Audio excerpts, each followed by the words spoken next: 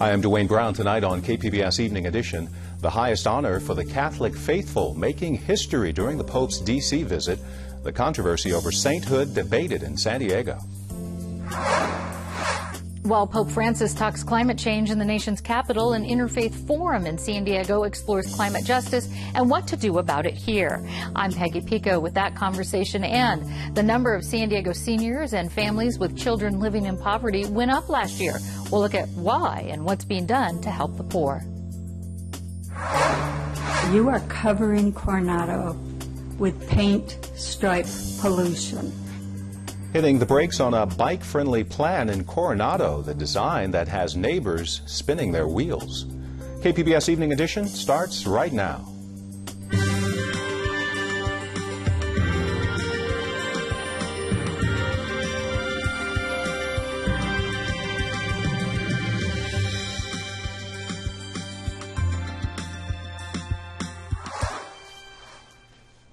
Hello, good evening. Thanks for joining us. A holy highlight from the historic papal visit to the U.S. Father Junipero Serra, who established the first missions in San Diego, is now a saint. Pope Francis canonized the 18th century Franciscan friar who made his mark on California and the Spanish mission system. Today's Washington, D.C. Mass marked the first canonization on U.S. soil. The pontiff fast-tracked the process by eliminating the need to show proof of two miracles. Serra was a polarizing figure honored by Catholics for his missionary work, but criticized for the treatment of Native Americans. KPBS Fronteras reporter Jean Guerrero asked San Diegans what they thought about Saint Junipero. Junipero Serra founded 9 California missions, starting with Mission San Diego de Alcala, and helped convert thousands of Native Americans to Catholicism. The canonization is controversial. During a recent visit to pray his rosary, parishioner Tom Eberman says he thinks it's good news for San Diego. I think it's great because it will bring, I think, more people, more visitors to the missions and help them or help educate a lot more people. But some say the canonization ignores abuses against Native Americans at the missions. The mission meant pain. The mission meant suffering.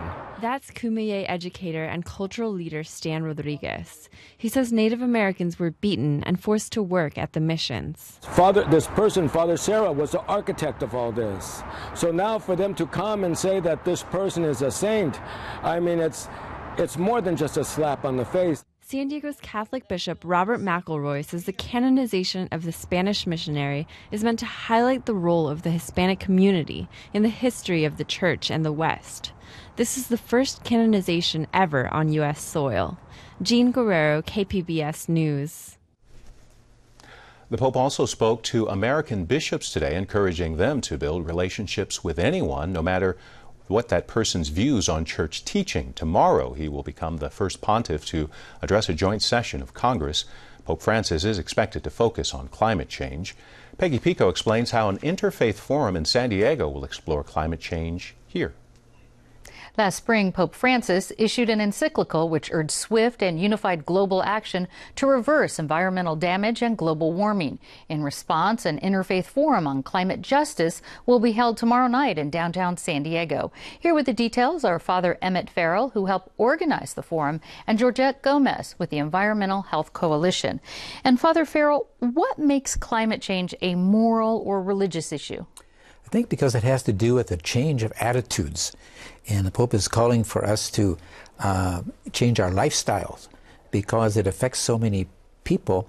And so we have to start a dialogue, and he wants everyone on the planet to be part of the dialogue. He's very inclusive of everyone being part of that. And it has to do with all forms of creation, not just human, but plants and animals and the inanimate resources of nature. But basically because we're looking for a change of attitude, which will change then our lifestyles or our way of acting. No? And he says there will be no ecological reform unless there is first an anthropological reform. And let's talk about that a little more, because he said this is more than just lowering greenhouse gas emissions. He's taking this broader perspective, as you say, and he's asking for climate justice, which is actually the inspiration for this interfaith forum here in San Diego tomorrow night. What is climate justice?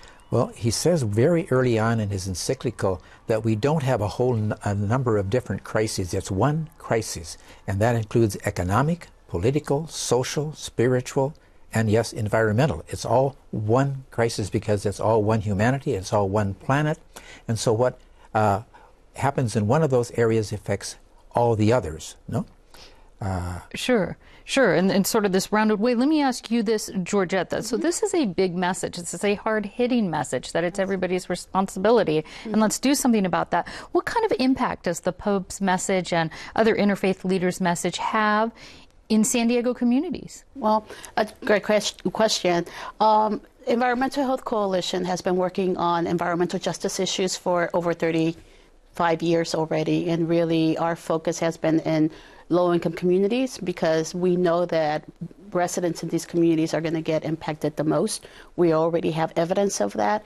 Residents that live in these communities in San Diego have 3 times higher emergency visits due to asthma, and that is related to our air quality. So this is what we mean by climate justice. This is what we mean of what it means in San Diego if we don't do anything justice about for everyone who's most affected by this, as you said.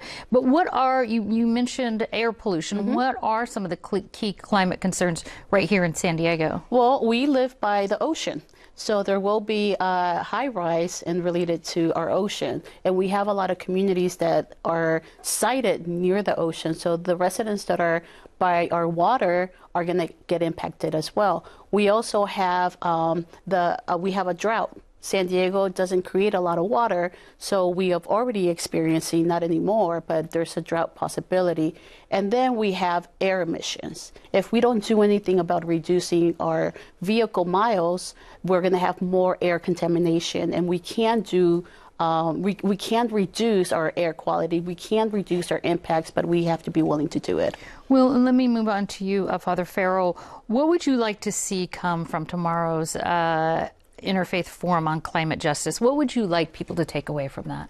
That we need a new dialogue and that we all need to participate in it, because in order to change attitudes and therefore lifestyles and therefore to preserve our planet and for future generations, and especially for the poorest part of our planet, we need to change the way we think. That's a big order. If you're thinking of the whole world, we have a hard time agreeing on most anything. So what we need to do is get everyone at the table, everyone involved, and let them speak. Let them start to create this new awareness, because there needs to be a lot of pressure in order to bring about systemic or structural changes that the Pope is talking about. Right, and that's something that's going to be discussed at the Interfaith Forum. Father Emmett Farrell and Georgette Gomez, thank you so much. New questions from environmentalists on San Diego's climate action plan. The bottom line, how many people San Diego hopes to have walking, biking, or taking transit to work? The city's proposed climate action plan says half of city residents will get to work without a car by 2035. Sandag is planning a transportation system where only 15% do that. Climate Action Campaign says it needs to plan for bigger changes. We have to kind of fundamentally repurpose our streets so that they are safe for people to bike, walk, and take public transit, which means that Sandag needs to invest more in resources in building the infrastructure to make those alternative transportation modes successful. Sandag says the planning agency is spending nearly half its coming improvements on public transit. The group says planners want to spend more, but they don't have the money. A strong forecast for San Diego as it hangs on to its premier position as a military hub. Nearly $25 billion was spent on military activity in the county during the last fiscal year. KPBS reporter Steve Walsh explains the challenge for city leaders who are bracing for another round of federal budget cuts. When it comes to military spending in San Diego, the past has been pretty stable. The military continues to make up 22% of the area's economy, even as other parts of the economy have grown. Researchers behind the 7th annual Military Economic Impact Study say the future has become incredibly unstable. The federal government is cutting back. There's a possibility of across-the-board cuts labeled sequestration. Sequestration will probably not hit here as hard as it could some other areas, but we certainly would not be immune to some of the impact. Even if Congress can agree to continue the current budget, that means new contracts will likely to be put on hold. It will have a ripple effect in the San Diego, where the economic impact of the military goes well beyond the number of people in uniform. San Diego has things working in its favor. The Navy is in the middle of a plan to base 60% of the fleet in the Pacific. The Navy will base 84 ships in San Diego by 2023, including 2 carriers. One carrier alone has the economic impact of $725 million a year. The Navy is expected to spend more money in the area of drones and cyber warfare, which also tends to benefit San Diego. Steve Walsh, KPBS News. In a closed session, San Diego Unified Board members said they want an independent investigation into allegations against school board president Marnie Foster. The Voice of San Diego raised questions about Foster's conduct. She's facing allegations she improperly solicited donations for her 2 sons' college tuition. She's also accused of using her position to have a school principal fired and a counselor suspended. That led to a legal claim against the district for $250,000. The board meets again on Tuesday. Groups opposed to the Lilac Hills development near Valley Center up north say County Supervisor Bill Horn has a conflict of interest and should recuse himself from an upcoming vote on the project. They say the development would increase the value of Horn's 35-acre property about a mile away. Horn has written to the State Fair Political Practices Commission for advice. The vote on Lilac Hills is considered precedent-setting since it would allow 1,700 homes to be built on agricultural land where the county's general plan calls for only 100 homes. The vote is tentatively scheduled for October 14th. It was supposed to help more people get around on 2 wheels. Now, the city of Coronado is backpedaling on its plan to add more bike lanes. KPBS reporter Claire Trageser says neighbors have a problem with how those lanes look. Coronado's wide streets, slow traffic, and bike paths make it a haven for cyclists. It won a national award for bike friendliness, and 70% of its students walk or bike to school. Cycling was supposed to get even easier as the city rolled out its 2011 Bike Master Plan. It calls for 12 more miles of bike paths.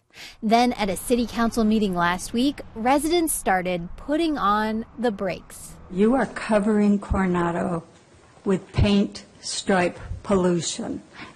The graffiti on the streets does not help our property values. Residents lined up to complain about how the bike lanes would look. It brings to mind a visual cacophony that will look like you look there long enough, it can induce a dizzying type of vertigo. And these black streets with these brilliant white lines everywhere.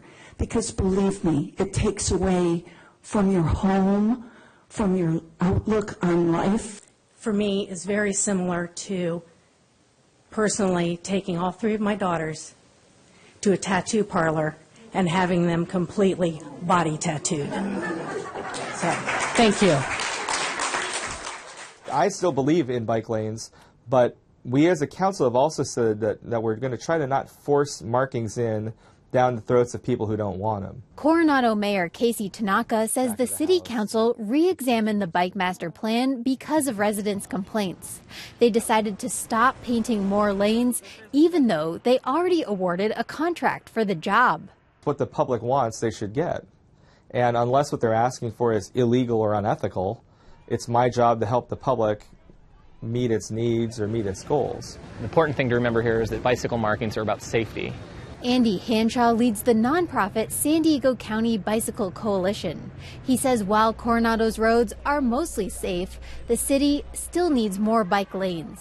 There needs to be a higher priority for bike and pedestrian safety in this city and in cities all across the county. City officials now plan to let residents vote on a bike lane plan next year. Claire Trageser, KPBS News.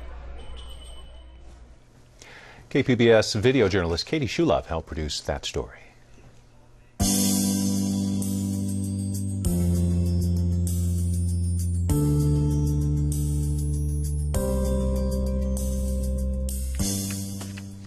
Pomp and pageantry greeted Pope Francis at the White House this morning. Crowds cheered and a military band played as the pontiff arrived on the South Lawn in his Fiat. President Obama joined the Pope on a red-carpeted platform. The Pope thanked the nation for a warm welcome and said climate change was a problem that could not be ignored. When it comes to the care of our common home, we are living at a critical moment of history. We still have time to make the change needed to bring about a sustainable and integral development, for we know that things can change. Pope Francis also said he was happy to be a guest in the country that was built by immigrant families like his own. Tune in to Morning Edition for our special live coverage of Pope Francis's historic address to Congress. That starts at 7 in the morning on KPBS Radio. Prescription drug overdose deaths are down in San Diego County, but heroin-related fatalities are up. From our North County Bureau, Kenny Goldberg tells us about the latest report card from the county's Drug Abuse Task Force. 244 San Diegans died from an unintentional prescription drug overdose last year. That's a 6% decline compared to 2013. In contrast, 105 people died from a heroin overdose last year. That represents a 22% increase from the year before. County Supervisor Dave Roberts says the rise in heroin-related deaths is alarming. And unfortunately, it actually has ramifications for crime. It has ramifications for other things such as unwanted pregnancies. So we're really watching this closely to see what more we can do. Experts say one of the problems is heroin is cheaper on the street than prescription painkillers. 13% of adults arrested in the county last year tested positive for heroin. Kenny Goldberg, KPBS News. The company that sparked an angry backlash after it raised the price of a drug for treating a deadly infection by more than 5,000% says it will roll back some of the increase. The company CEO says the new price would make daraprim more accessible before he announced the plans to raise the price more than 5,000% from $13.50 to $750 per pill. No word yet on what the new price will be. San Diego police say friendly fire wounded one of their officers during an incident last May. Heather Seddon was one of several officers chasing after a suspect in Claremont Mesa. The suspect fired at the officers and they returned fire. Seddon was hit in the neck. She survived the shooting and has returned to work. The friendly fire incident was mentioned last week when a veteran police officer announced a lawsuit against SDPD. A San Diego artist and educator has been documenting a situation plaguing many people in our city and around the country, homelessness. We have an update tonight of his ongoing series titled Invisible People.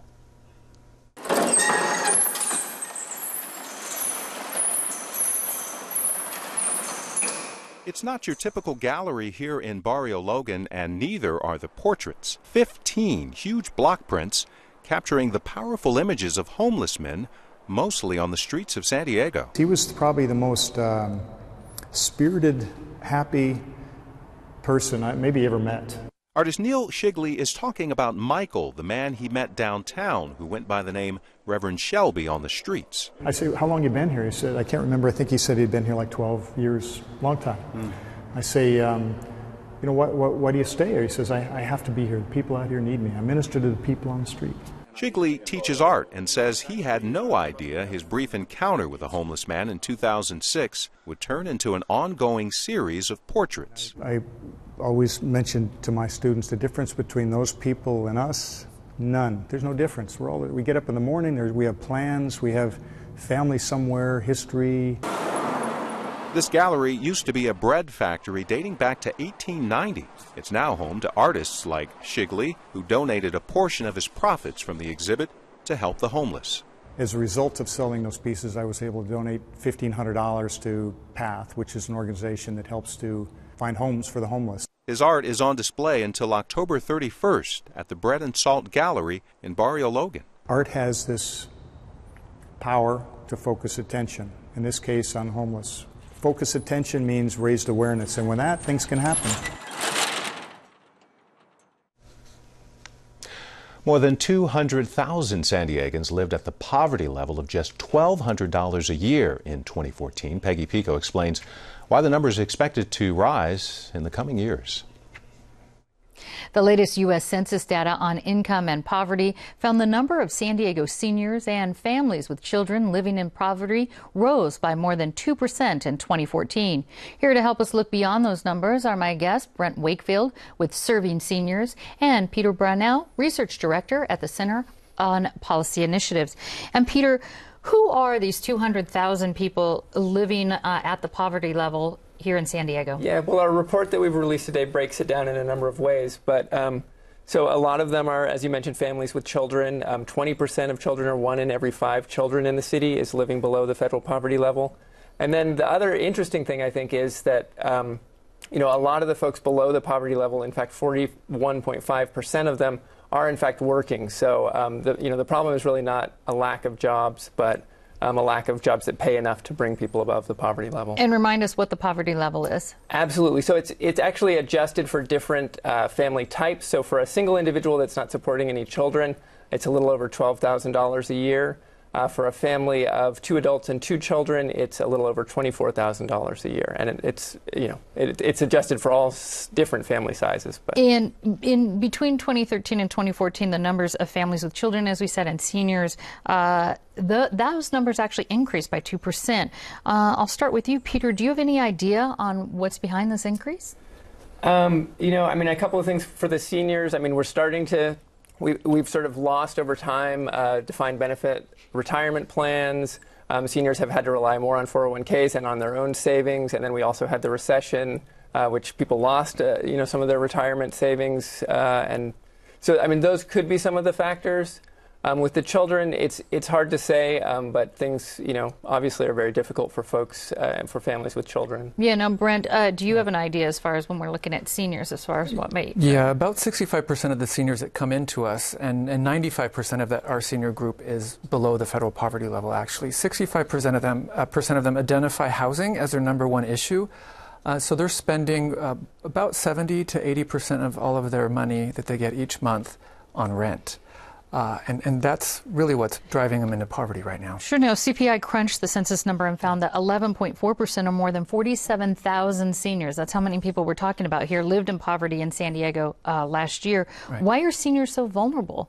Well, they're vulnerable because the income is now fixed. A lot of these people maybe don't have family that can help them. I think a lot of us, if I look at my own mother, she's making these amounts of money, but I help her out. So if we talk about it using family terms, it might become a little bit uncomfortable, but we look around us. We don't even have to look at statistics and look at the people and the faces that we know and that we care for, and they're not making enough money to get by. So what's happening is they're giving a lot to rent, and then they have all these other unexpected things that happen that leave them really on the precipice of homelessness. Now, you help seniors. What do you do to help them, and what sort of opportunities are available to help them here in San Diego? Right. Well, we provide 2,300 meals a day.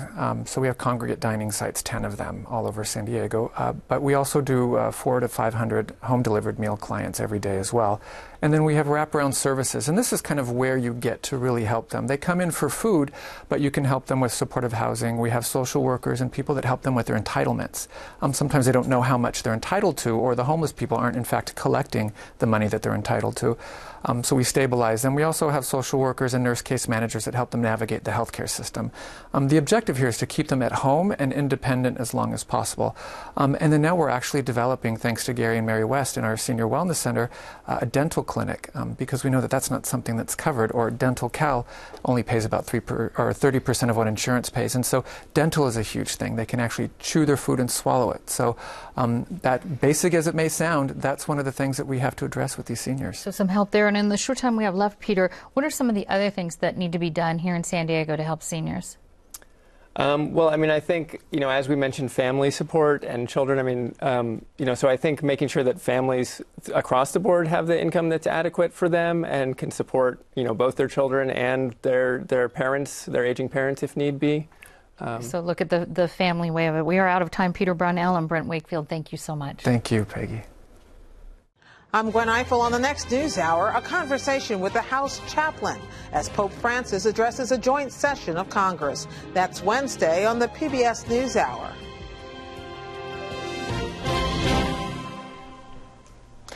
It ain't over till it's over. Yogi Berra coined that phrase. Today, fans around the world are mourning the loss of the baseball legend. The Hall of Famer died Tuesday night from natural causes. During his 18 years with the Yankees, he helped the team with 10 World Series. Berra was known for his unique wit. He was also the inspiration behind the cartoon character Yogi Bear. Berra was 90 years old. Starting to feel warmer around San Diego, and Saturday will probably be the warmest day. 80s by the beaches over the next few days, then a mix of sun and clouds if you're in the Inland Valley section, mostly in the 90s there.